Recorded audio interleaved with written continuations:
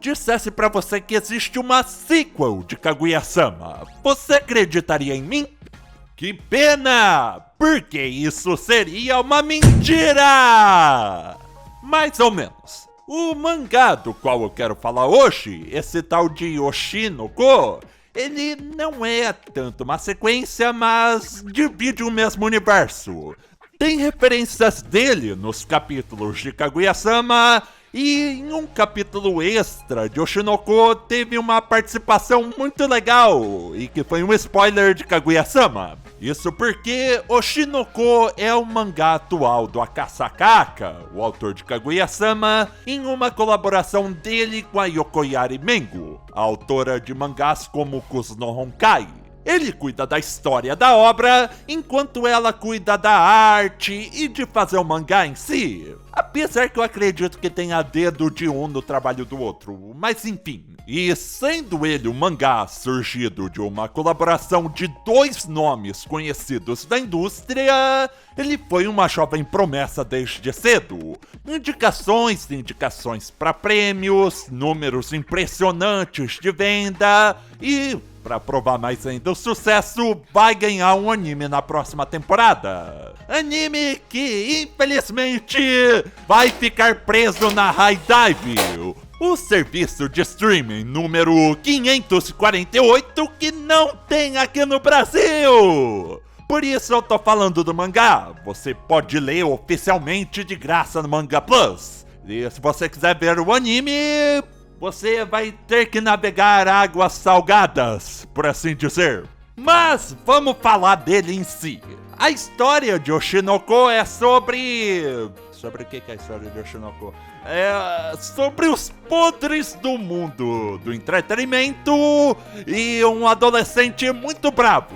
É difícil falar sobre o que é Oshinoko porque tem spoilers muito específicos que constroem a narrativa. 2 deles vão estar nos primeiros 10 capítulos do mangá, que vai com certeza caber no episódio 1, que vai ter 1 hora de duração. Então vamos fazer assim. Eu vou pôr barreiras de spoiler nesse vídeo. Por hora tá tudo ok, e quando chegar nos spoilers específicos eu aviso pra vocês. Então vamos do começo. Oshinoko começa em uma cidade pacata do interior do Japão. O protagonista é um doutor renomado de lá chamado Goro Amemiya. Ele é o principal doutor da cidade, a pessoa mais respeitada do hospital no qual ele trabalha. Só que infelizmente ele é fã de idol. Especificamente de um grupo chamado Bikomachi, que é um grupo do rodapé de desconhecido. Se os shows do Bikomachi tem 5 pessoas na plateia, 2 são zeladores. Mas o doutor, ele tá sempre lá assistindo online. E ele se apegou a esse grupo especificamente por causa de uma paciente dele que era fã desse grupo. Era uma menina com uma doença terminal que passou o resto da vida dela nesse hospital. Só que enquanto ela falava do Bikomachi para esse doutor, ela era feliz, ela tinha algo pelo que viver. E o doutor ficou seguindo o Bikomachi como uma espécie de honrar a memória dessa paciente. E desse grupo, a idol que o doutor e essa paciente mais gostavam era a Hoshino Ai, uma garota bonitinha, mas que não brilhava muito por algum motivo. E tudo bem, a vida vai, vida vem, até que um dia, nesse hospital do doutor, chega uma paciente que pedem pra deixar por baixo dos panos. Não avisa pra ninguém que ela tá aqui porque é pessoa famosa. E essa pessoa, adivinha quem que era? Joel! Era Hoshino Ai. E porque ela tava no hospital? Porque ela estava grávida de 2 crianças. E você não precisa ser um especialista em show business japonês pra saber o que significa pra carreira de uma idol ela estar grávida. Se idol japonês pega na mão de qualquer pessoa em público, nossa, já acabou a carreira. Se for mulher. Porque se for homem, não dá problema nenhum. Tu pode trair tua esposa por 10 anos que você sai com seus empregos de boa. E é o agente que leva a Ai pra esse hospital. O pai, ele foi comprar cigarro ou leite, ninguém sabe direito. Só que o cara sumiu. E eles, obviamente, foram pra esse hospital de fim de mundo pra não sair pra lugar nenhum que a Ai estava grávida. E o doutor Amemiya fica sendo responsável pelo parto. E o doutor tá vivendo o sonho dele, tá ligado? Só que ele é uma pessoa responsável. Ele cuida da Ai, vai conhecendo mais dela. Ela é uma pessoa super de boa no pessoal. Mas, porém, todavia, contudo, Aido não pode ser feliz, tá lá no contrato. E, por algum motivo, ninguém sabe de onde, vazou pra alguém que Hoshino Ai tava nesse hospital de Piracicaba do Japão. Daí, no melhor estilo de público procurando o antecedente criminal do povo do BBB, descobriram que o doutor dela era esse Goro Amemiya. E chega o dia do parto. E aqui vem a primeira barreira de spoiler. Esse spoiler deve dar uns 10 minutos do primeiro episódio, que vai ter 1 hora de duração, e o primeiro capítulo do mangá. Se você quiser parar aqui, para. Se você quiser ler e voltar aqui para escutar o resto, faça. Eu tenho certeza que vai ser uma experiência muito legal. Continuando, o doutor, ele está preocupadíssimo que vazou informação, que ele vai fazer o parto e ele quer fazer tudo da melhor maneira possível, então ele vai dar um passeio no parque do lado do hospital para relaxar. Mas, durante esse passeio dele, o doutor é atacado e morto por um fã, entre aspas, da Hoshino Ai. O cara tava loucão naqueles pensamentos que tu tá ligado o que é. E o doutor, ele morre cheio de arrependimento. Nos seus últimos segundos, ele fica pensando que ele é uma falha como doutor. Ele morre pensando que ele queria poder fazer mais pela Ai. E aí que vem o pulo do pirata do bagulho. Lá no hospital, a Ai já entrou em trabalho de parto. E, por puro capricho da trama TM, o doutor reencarna como um dos filhos da Ai. Nossa, dá arrepio até de falar. Mas não é só isso! A outra criança, adivinha quem que é? Se vocês pensam que fosse outra pessoa! É a paciente que morreu e era fã de Bicomate. Cara, é muito legal essa ideia. Oshinoko é literalmente um Mushoku Land Saga. Tem um homem de 30 e tantos anos encarnando num bebê e Zombieland Saga por causa de idol reencarnada e tudo mais. E aí chega a hora de dar os nomes pro menino e pra menina. A menina recebe o nome de Ruby e o menino, que é o doutor reencarnado, recebe o nome de Sapphire. Não, ela não gostava de Pokémon. Parabéns, Sai. Eles são duas belas crianças. Que nome você quer dar para eles? Essa daqui tem cara de Ruby. E o menino eu vou chamar de Rubius Clayson. Ai, você não quer pensar um pouco melhor no nome dele, não? Tá bom, deixa eu ver. Eu vou chamar ele de Aquamarine! Olha só, ele tem carinha de Aquamarine. Desculpa, moleque, eu juro que eu tentei. E nessa parte da história, o mangá meio que vira um documentário sobre a famosa Hoshino Ai, a história do Bicomate e a vida dos gêmeos estrelas. Fica de olho nas estrelinhas do olho, isso é importante. Hoshino Ruby e Hoshino Aquamarine. Aqua pros íntimos. Depois que a Ruby e o Aqua nascem, o Shinoko vira meio que um filme de sessão da tarde. A Ai vira uma mãe solteira, no melhor estilo Hannah Montana, conciliando a vida pessoal dela com o trabalho de idol, sofrendo, dando suor. Ela tem a ajuda do diretor da agência e da vice-diretora, esposa dele, que são tipo os pais dela. Mas ainda assim, é muito pesado. E essa vida dupla vai pesando na Ai. Ela dá o melhor dela pra mentir e esconder a vida pessoal dela. Só que é muito difícil você conciliar esse tipo de coisa, mascarar por muito tempo. E o pessoal que segue o Bicomate começa a suspeitar que tem alguma coisa estranha. E enquanto isso, o Aqua e a Ruby são duas crianças do capeta. No melhor estilo filme de sessão da tarde, no estágio do Gugu Dadá, os dois já têm toda a consciência da vida passada e conseguem falar normalmente. Os dois, inclusive, se descobrem como pessoas reencarnadas. Oh, eu reencarnei no corpo dessa criança aqui, tu reencarnou também? Eu também reencarnei, é nóis. Só que eles não sabem que eles se conhecem da vida passada. Isso é muito importante. Inclusive, tem uma cena muito legal que a vice-diretora tá simplesmente cansada de ser mãe barra babá das duas crianças do capeta enquanto a Ai fica trabalhando. E ela fala que vai a público falar: ó, eu sei que a Hoshino Ai tem 2 filhos e tal. E as duas crianças começam a falar, basicamente seguram ela refém pra ela não ligar. E a mulher fica lá morrendo de medo. E enquanto o Aqua e a Ruby falham em ser crianças novamente, a Ai vai ficando cada vez mais desanimada.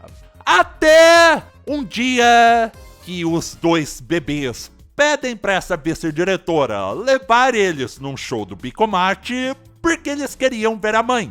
E a Ai, enquanto ela tá no show, ela percebe os filhos dela fazendo uma dança complicadérrima com aqueles bastões que brilha e fica feliz, ela se diverte. Ela lembra do porquê ela quer ser idol, pra fazer as outras pessoas felizes. E porque ela tá dando 110% dela por causa dos filhos. E nessa hora, a Ai desperta o Sharingan desse mangá, que é basicamente essa pupila de estrela. Isso é importante na história e basicamente representa que alguém virou o centro da atenção, que a pessoa tá brilhando pra todo mundo que vê ela.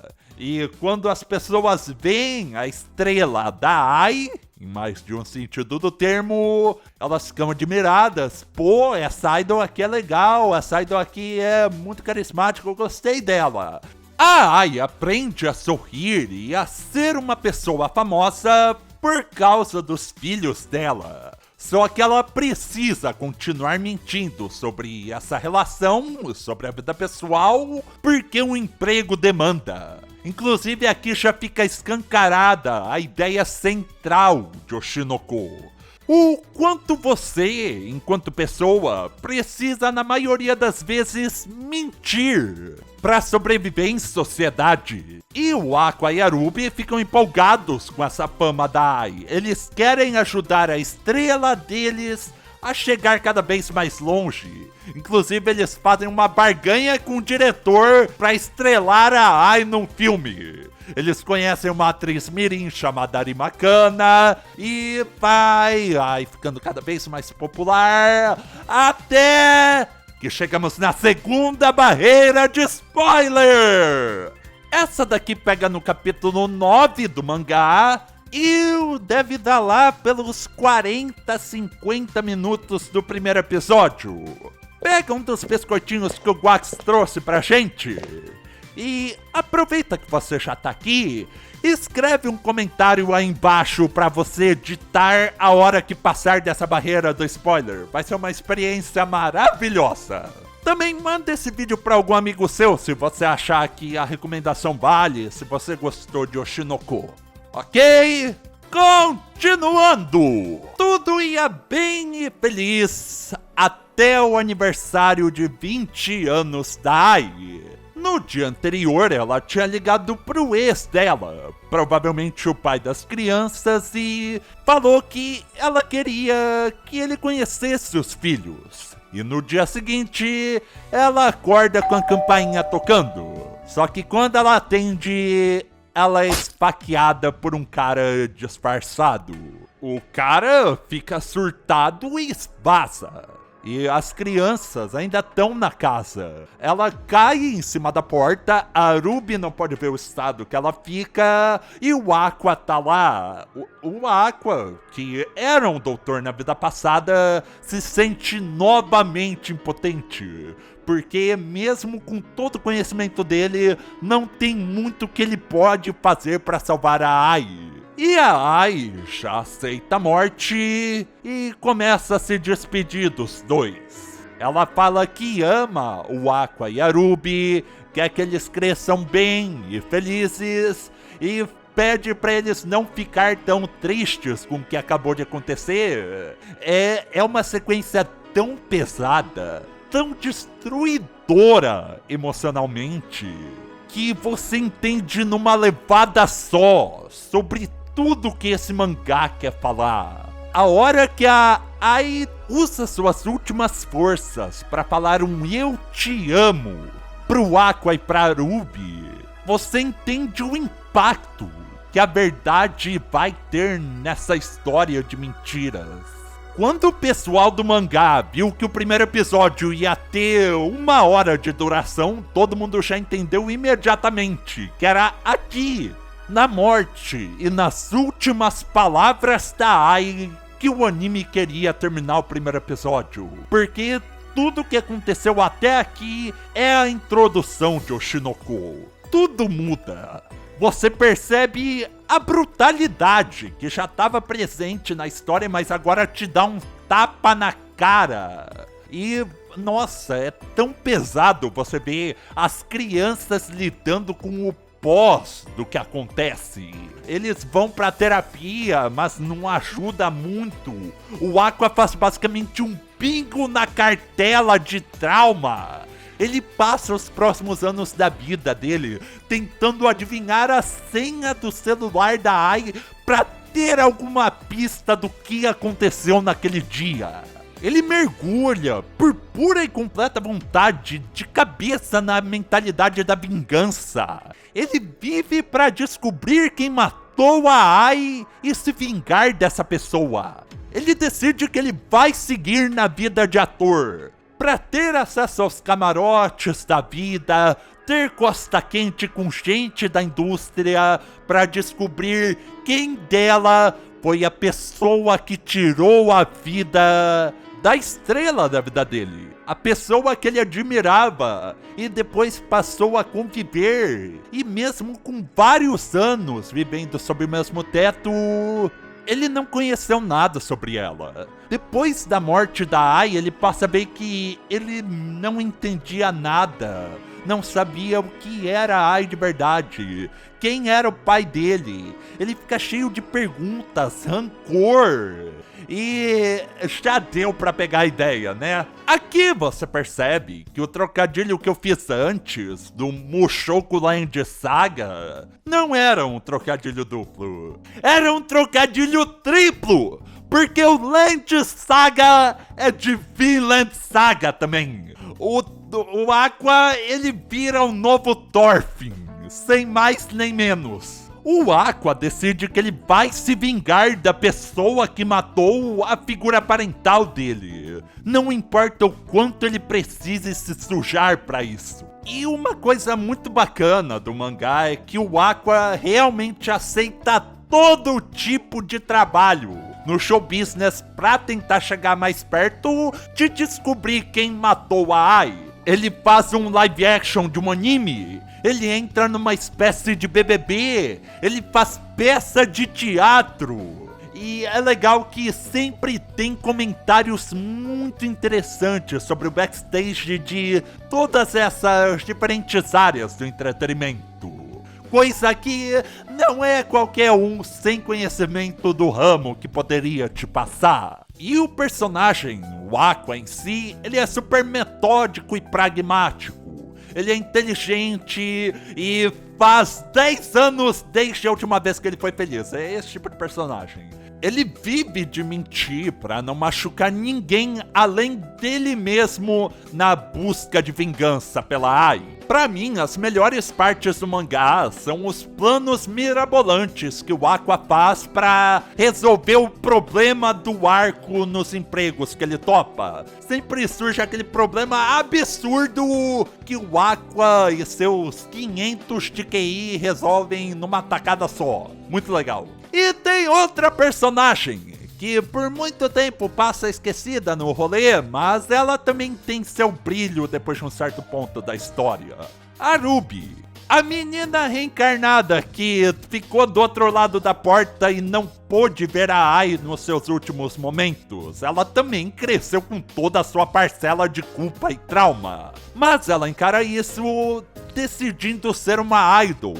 Seguir no mesmo caminho da mãe pra tentar fazer do mundo um lugar melhor do modo dela. Ela é uma pessoa passional, totalmente extrovertida e esperta, que nem o irmão. E nisso, a Ruby também interage com seus meios e pessoas envolvidas com entretenimento. Ela interage com cosplayers, ela conhece youtubers, ela conhece VTuber. Tem VTuber na história de Oshinoko. Quantos mangás você conhece que tem VTuber? Ela, por boa parte da história, foi meio que um subprotagonista pro Aqua. Mas ela tem seus 15 minutos de fama e faz eles valerem a pena quando tem. Eu queria falar mais, mas isso é spoiler atual do mangá. Então, você quer saber mais da Ruby, vai ler agora. No mais, tem outra personagem que eu gosto bastante, que é a atriz mirim, que o Aqua e a Ruby conheceram naquele primeiro filme deles, que cresce e vira uma ex-atriz mirim e ex-criança prodígio. A Arimakana. Coitada, ela é a definição de nasceu para sofrer. Ela é uma tsundere que nunca deixa de ser tsum. Ela tem um temperamento horrível, uma boca suja, é uma pessoa totalmente amarga, mas eu gosto dela. Ela perdeu sua fase de brilho na carreira, mas ela continua sendo uma atriz totalmente séria, rigorosa e talentosa. E ela vive na base do trabalho duro, mas infelizmente ela não tem muita sorte. A Kana é como se fosse uma fusão da Miko com a Maki de Kaguya-sama. Eu acho que isso resume perfeitamente o personagem dela. Adoro ela, só a Kasaka deixa a coitada ser feliz por um capítulo, pelo menos. E tem outros personagens de Oshinoko que eu gosto bastante também. Mas se eu falar sobre, vai ser muito spoiler. Eu acho incrível que eles são quase pessoas representadas nos personagens com todo o gênio do Akasaka e da Mengo trabalhando junto. O primeiro, com a expertise dele de como a sua mentalidade afeta suas interações com os outros, e a segunda, de como as suas interações afetam a mentalidade que você tem. Eles são quase um yin e yang em termos de narrativa. Eles representam de maneira muito legal as dores do amor em um mundo feito de mentiras. Nossa, foi poético agora. Eu juro que eu não li isso no roteiro. No geral, Oshinoko é uma história maravilhosa de se acompanhar. Mas se fosse pra reclamar de alguma coisa, é que às vezes a trama tem uns desenvolvimentos dignos de novela. É irmão gêmeo que surge do nada, é figura paterna que entra aos 45 minutos do segundo tempo. Quase sempre é bom, mas às vezes você fica coçando a cabeça do porquê essas coisas aconteceram. Mas de novo, caminhar como novela não é algo tão impensado por toda a ideia de Oshinoko. É uma história interessante. É difícil você ler sem tirar nada pra pensar ou tirar qualquer proveito, sem se relacionar com nenhum personagem. você acaba ficando apegado e agoniado cada vez que algo dá errado com eles, de tão real que o bagulho inteiro parece. Inclusive, você sabe o que me dá certeza de que a Mengo e o Akasaka trabalham juntos na história disso daqui? É porque no meio da história tem uma briga de mangakas, com argumentos que só gente que já passou por aquilo saberia. E no final das contas, o Shinoko te faz refletir sobre a indústria do entretenimento e sobre a relação que o ser humano tem com a mentira. Mentiras são invariavelmente ruins? Existem mentiras boas? O quanto das pessoas que você admira é uma mentira?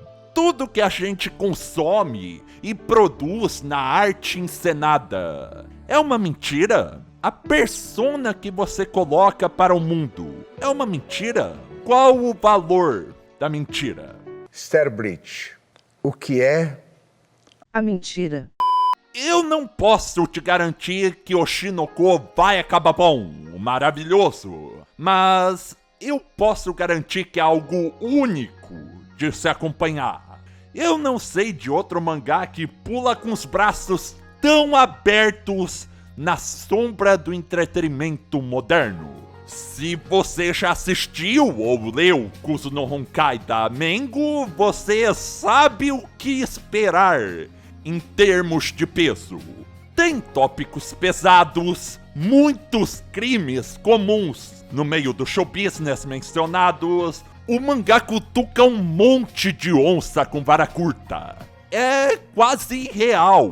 E se você é uma pessoa famosa, que por acaso está vendo esse vídeo e por acaso vai ler esse mangá, você também começa a refletir sobre um monte de coisa. Detalhes que você pega na sua vivência. É incrível. O mundo precisa dessas histórias que colocam em xeque algo que a gente tem como realidade constante. O mundo dos famosos e toda a indústria do entretenimento que os cerca. Tem coisa específica para a indústria japonesa? Tem. Mas tem coisa que você pode facilmente trazer para o contexto brasileiro ou de qualquer país do mundo. Infelizmente, o anime vai morrer na High Dive aqui no Brasil, porque não tem lugar nenhum. E ele não vai alcançar o público máximo ao qual ele tem potencial. Mas dá pra ler um negócio de graça no Manga Plus, então por que não aproveitar? Quando você para pra pensar, o Shinoko é tipo uma pílula vermelha, tá ligado? É aquele textão clássico sobre o pão e circo do Big Brother. Tirando o fator reencarnação pelo místico japonês TM, não tem nada fora da realidade no mangá. Não tem nenhum absurdo que você lê e fala: caramba, isso daqui nunca aconteceu antes com uma pessoa famosa. Inclusive, outra coisa interessantíssima da narrativa é de que famoso também é gente. É algo que pouca gente para pra pensar conscientemente. Aquela pessoa que tem o Twitter Blue e milhões de seguidores no Instagram é um saco de carne falho e frágil que nem todo mundo. Ele comete erros, faz caquinha e é burro que nem eu ou você. Se for pra botar qualquer saco de carne em um pedestal, faça com consciência. Não bota gente que não merecia estar lá. O Shinoko realmente te dá aquela coceira na cabeça. Te bota pra pensar sobre N coisas. É aquele tipo de coisa que te ajuda a refletir sobre o mundo que você vive pra, no fim, você sair como uma pessoa melhor. E independente de terminar bom ou ruim, vai ser com certeza algo maravilhoso de se acompanhar. Eu posso dizer 100 coisas sobre o final de Kaguya-sama do Akasaka e 10 mil sobre o final de Kuzu no Honkai da Mengo. especificamente esse último, eu não saí feliz da história. Mas não era esse o objetivo. O objetivo era te fazer sentir rancor. E eu definitivamente senti rancor de Kuzu no Honkai. E não é vídeo de Kuzu no Honkai, deixa eu parar de reclamar. O que eu espero é poder sentir o mesmo apego, a mesma quantidade de emoções com o filho do trabalho dos dois agora. Vale a pena a leitura, eu recomendo. E o anime, assista ele como você assistir, provavelmente vai ser algo legal de ver também. Muito obrigado pela atenção, eu espero que vocês gostem de Oshinoko, que vocês não me xinguem tanto pelo sofrimento que a história vai te trazer, e eu vejo vocês no meu próximo vídeo. Falou!